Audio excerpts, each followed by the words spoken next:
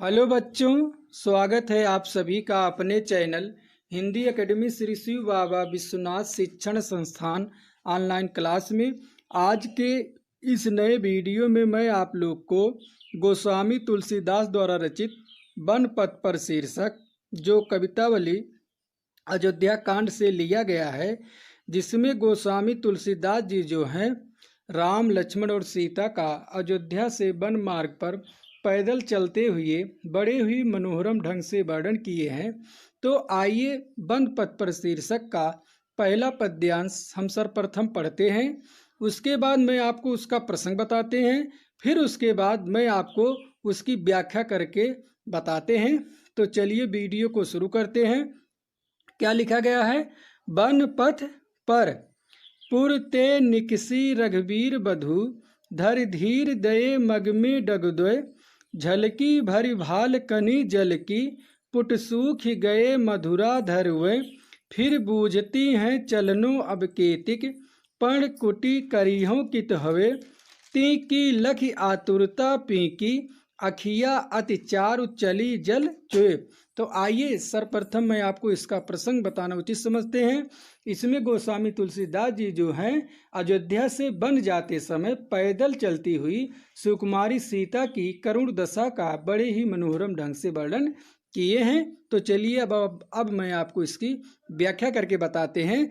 गोस्वामी तुलसीदास जी कहते हैं पुरते यानी कि नगर से, या आप कह सकते हैं अयोध्या से, निकसी यानी कि निकली हुई हैं रघुवीर बधु यानी कि रघुवीर की पत्नी सीता जी धर धीर धैर्य धारण करके डग दो यानी कि दो डग यानी कि कदम, दो ही कदम मग में यानी कि रास्ते पर चलती हैं कि मारे गर्मी से मारे थकावट से झलकी भरी भाल कनी जल की, भाल यानी कि मस्तिष्क, तो उनके मस्तिष्क पर जो है कनी जल की यानी कि पसीने के जल की बूंदे झलकी यानी कि झलकने लगी मारे थकावट मारे गर्मी से। जैसे ही वह दो कदम चलती हैं अयोध्या से तो उनके मस्तिष्क पर जो है कनी जल की पसीने के जल की बूंदे झलकी यानी कि झलकने लगती है। पुट सूख गए मधुरा धर और मारे प्यास से वे व्याकुल हैं मधुरा धर, उनके जो मधुर ओठ के पुट थे वह क्या हो गए? सूख गए, प्यास के कारण वो जो है सूख गए।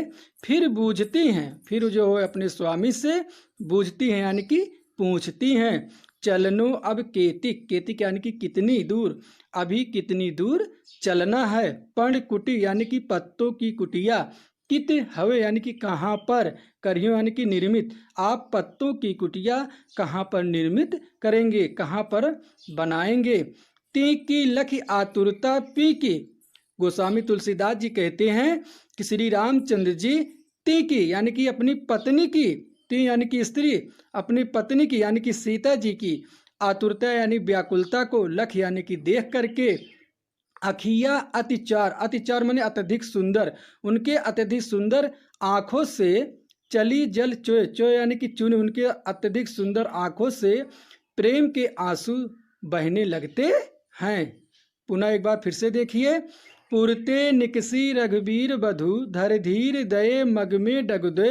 गोस्वामी तुलसीदास जी कहते हैं कि अयोध्या से जैसे ही रघुवीर की पत्नी धैर्य धारण करके दो ही कदम चली थी कि मारे थकावट से मारे गर्मी से झलकी भर भाल कनी जल की, उनके मस्तिष्क पर जो है पसीने की बूंदे जो है झलकने लगी। पुट सूख गए मधुरा धर, और मारे प्यास के कारण मारे थकावट के कारण उनके जो मधुर ओठ के पुट थे वो सूख गए। फिर बूझती हैं चलनो अब केतिक, फिर वो अपने स्वामी से पूछती हैं कि हे स्वामी चलनो अब केतिक, अभी कितनी दूर चलना है, अभी कितनी दूर चलना है। पर्ण कुटी करियो कित होए, आप पत्तों की कुटिया कहाँ पर निर्मित करेंगे जिससे मुझे थोड़ा विश्राम मिल जाए। ती की लख आतुरता पी की अखिया अति चारु चली जल चोए। गोस्वामी तुलसीदास जी कहते हैं कि श्री रामचंद्र जी ती की लख आतुरता, अपने पत्नी की यानी कि सीता जी की व्याकुलता को जब देखते हैं तो उनके अत्यधिक सुंदर आंखों से प्रेम के आंसू चूने लगते हैं, टपकने लगते हैं। यदि इसमें अलंकार की बात किया जाए तो इसमें धर धीर में जो है अनुप्रास अलंकार है, अखिया अति में जो है अनुप्रास अलंकार है। यदि छंद की बात किया जाए तो इसमें जो है गोस्वामी तुलसीदास जी जो है वन पथ पर शीर्षक जितना भी पद्यांश लिखे हैं सब सवैया छंद में लिखे हैं। और यदि भाषा की बात किया जाए तो वन पथ पर शीर्षक जो है जितने भी पद्यांश लिखे हैं गोस्वामी तुलसीदास उसमें ब्रज भाषा का प्रयोग किए हैं। तो आइए अब इसी तरह व्याख्या आपको दूसरा व्याख्या पर ले चलते हैं। जल को गए लखन है लरिका, परिखो पिए छा खरीक हो ठाढ़े, पोंछ पसेव बयार करूं अरुपाय पखारो भूभुर ढाढ़े, तुलसी रघुबीर प्रिया शरम जान के बैठ बिलम लो कंटक काढ़े, जानकी नाह को नेह लखियो पुलको तनुबार बिलोचन बाढ़े। अब आइए सर्वप्रथम मैं आपको इसका प्रसंग बताते हैं कि इसमें गोस्वामी तुलसीदास जी ने सीता जी की सुकुमारता और राम के असीम प्रेम का बड़े ही मनोहरम ढंग से वर्णन किए हैं। सीता जी जो हैं पैदल चलते चलते थक जाती हैं और मारे प्यास के कारण जो उनके मधुर ओठ के पुट थे वह सूख गए, तो वह थोड़ा विश्राम करना चाहती हैं।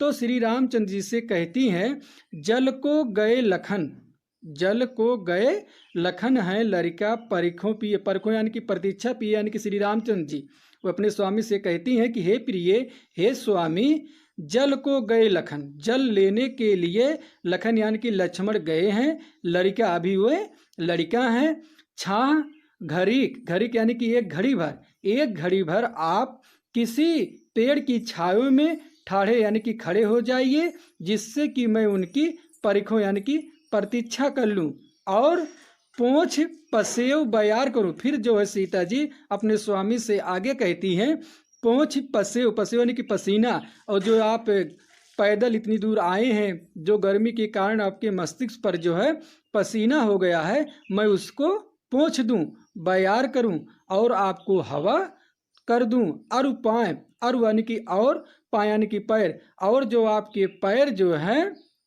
पखारूं, पखार दूं, भूभुर यानी कि जो गर्म रेत में जल गए हैं, जो गर्म रेत में आपके पांव जो है धूल से दूषित हो गए हैं, तो आपके पैर को मैं थोड़ा पखार दूंगा, आप किसी छांव में थोड़ी देर खड़े हो जाइए। फिर जो है तुलसी रघुबीर प्रिया शरम जान के बैठ बिलम लो कंटक काढ़े। फिर आगे जो है तुलसीदास जी कहते हैं रघुबीर प्रिया श्री रामचंद्र जी, रघुबीर यानी कि श्री रामचंद्र जी, प्रिया यानी कि अपनी सीता जी को, शरम यानी कि अत्यधिक थका, जान यानी कि जान करके तुलसीदास जी कहते हैं कि श्री रामचंद्र जी अपनी पत्नी यानी कि सीता जी को अत्यधिक थका जान करके बैठ बिलम लोग कंटक काढ़े, बैठ करके बिलम यानी कि बहुत देर तक उनके पैरों में जो पैदल आई थी पैरों में कांटे चुभ गए थे उसको धीरे धीरे वह निकाल रहे थे। कंटक यानी कि कांटे उनके सीता जी के पैरों में जो कांटे चुभ गए थे वह धीरे धीरे निकाल रहे थे। तात्पर्य यह है कि वह धीरे धीरे इसलिए निकाल रहे थे ताकि जो है सीता जी थक गई हैं और इन्हें थोड़ा विश्राम मिल जाए। जानकी नाह को नेह लखो, जानकी सीता जी, नाह यानी कि स्वामी श्री रामचंद्र के लिए आया है, जानकी नाह सीता जी अपने स्वामी के नेह लखो, अपने इस प्रेम को जब देखती हैं पुलको तन, तो उनका शरीर जो है पुलकित हो जाता है। बार बिलोचन बाढ़े, बिलोचन यानी कि नेत्र, बार यानी कि जल, तो उनके नेत्रों से प्रेम के आंसू बढ़ जाते हैं। पुनः एक बार फिर से देखिए गोस्वामी तुलसीदास जी जो है इसमें श्री रामचंद्र जी का सीता जी के प्रति प्रेम भाव को वर्णन करते हुए कहते हैं कि सीता जी अपने स्वामी से कहती हैं जल को गए लखन है लड़का, हे स्वामी, जल को लेने के लिए लक्ष्मण गए हैं, अभी वह लड़का है, छाह घड़ी कहो ठाड़े, आप एक घड़ी भर किसी पेड़ की छाव में खड़े हो जाइए, परिखों तब तक मैं उनकी आप प्रतीक्षा कर लूँ। पोंछ पसेव, और जो गर्मी के कारण आपके मस्तिष्क पर जो है पसीना हुआ है उसको मैं पोंछ दूं, बयार करूं, आपको हवा कर दूं, और पाए पखारो भूभुर ठाढ़े, और जो आपके पांव इस गर्म रेत के धूल में धूल धूसरित हो गए हैं उसको मैं पखारूं यानी कि साफ कर दूं। तुलसी रघुवीर प्रिया श्रम जान के बैठ बिलम लो कंटक काढ़े। तुलसीदास जी कहते हैं श्री रामचंद्र जी अपनी प्रिया यानी कि सीता जी को अत्यधिक थका जान करके बैठ करके बहुत देर तक उनके पैरों में जो उनके कोमल पैरों में जो छोटे छोटे कांटे चुभ गए थे उनको धीरे धीरे करके निकाल रहे थे। तात्पर्य है ताकि जो है सीता जी को थोड़ा विश्राम मिल जाए। जब इस दृश्य को सीता जी देखती हैं, जानकी नाह को नेह लखो, जब सीता जी अपने स्वामी नाह यानी कि स्वामी को अपने परत इस प्रेम को देखती हैं, पुलको तन तो उनका शरीर पुलकित हो जाता है, बार बिलोचन बाढ़े और उनके नेत्रों से प्रेम के आंसू बढ़ जाते हैं, बहने लगते हैं। तो आइए मैं अब इसके बाद की व्याख्या आपको बताते हैं कि रानी में जानी अजानी महा पविपाहन हो तो कठोर हियो, राजो काज अकाज न जानो कहियो तिनको जिन कान कियो, ऐसी मनोहर मूरत ये बिछड़े कैसे प्रीतम लोग जियो हैं, आखिन में सख रखबे जोग इन्हें किमके बनवास दियो हैं। यदि इसमें आपको प्रसंग बताना चाहते हैं, इसमें जो है ग्राम की वधुएं जब राम लक्ष्मण और सीता सहित अयोध्या से वन मार्ग पर जा रहे थे तो गांव की स्त्रियां जब राम लक्ष्मण और सीता जी को देखती हैं तो मुग्ध हो जाती है, उनके मूर्ति को देख करके वो मुग्ध हो जाती हैं और एक सखी दूसरे सखी से बातचीत करती हुए कहती है। उसी के बारे में इसमें गोस्वामी तुलसीदास जी जो है वर्णन किए हैं। तो एक सखी दूसरे से सखी से कहती है, रानी में जानी हे रानी मैं जान गई हूँ उस रानी को, उस कैकेयी को अजानी महा, वह बड़ी ही अज्ञानी है, बड़ी ही महा मूर्ख है। पविपाहन हो तो कठोर हियो यानी कि कठोर हृदय, हियो यानी कि हृदय, उसका हृदय तो पव यानी कि वज्र के समान, पाहन यानी कि पत्थर, उसका हृदय जो है वज्र पत्थर के समान कठोर है। हे रानी मैं जानी, गांव की स्त्रियां आपस में बातचीत करते हुए कहती हैं कि हे रानी मैं जान गई हूँ उस रानी यानी कि उस कैकेयी को, वह बड़ी ही अज्ञानी है, बड़ी ही महामूर्ख है। पविपाहन हो तो कठोर ही हो, उसका हियो यानी कि हृदय, उसका हृदय जो है पव यानी कि वज्र, पाहन यानी कि पत्थर, उसका हृदय जो है वज्र पत्थर के समान कठोर है।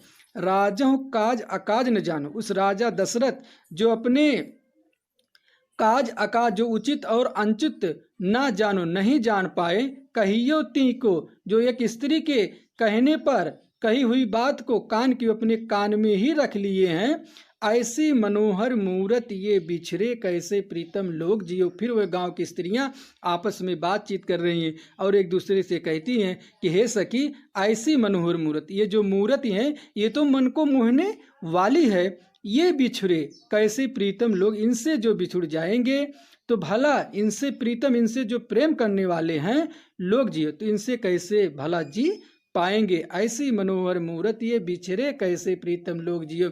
वो सखी से कहती हैं कि हे सखी ये तो मन को मोहने वाली मूरत, ये तो वनमार्ग में चल रहे हैं पैदल, देखने में बहुत ही सुंदर लगते हैं, ये दिन से जो बिछुड़ जाएगा तो भला वह कैसे जी पाएगा। आखिन में सखी रखबे जोग, फिर एक सखी दूसरे सखी से कहती है कि हे सखी आँखन में रखबे जोग, ये तो आँखों में रखबे जोग यानी कि बसाने योग्य, ये तो आँखों में बसाने योग्य है। इन्हें किम के वनवास दिए, इन्हें किम यानी कि किसने, इन्हें किसने वनवास दे दिया। एक बार पुनः देखिए, गांव की स्त्रियां जब श्री राम लक्ष्मण और सीता को वन मार्ग में पैदल चलते हुए देखती हैं तो एक दूसरे से बातचीत करती हुए कहती हैं कि हे सखी हे रानी मैं जानी, हे रानी मैं जान गई हूँ जिस रानी ने, जिस कैकेयी ने इनको वनवास दिया है वह बड़ी ही अज्ञानी, बड़ी ही महामूर्ख है।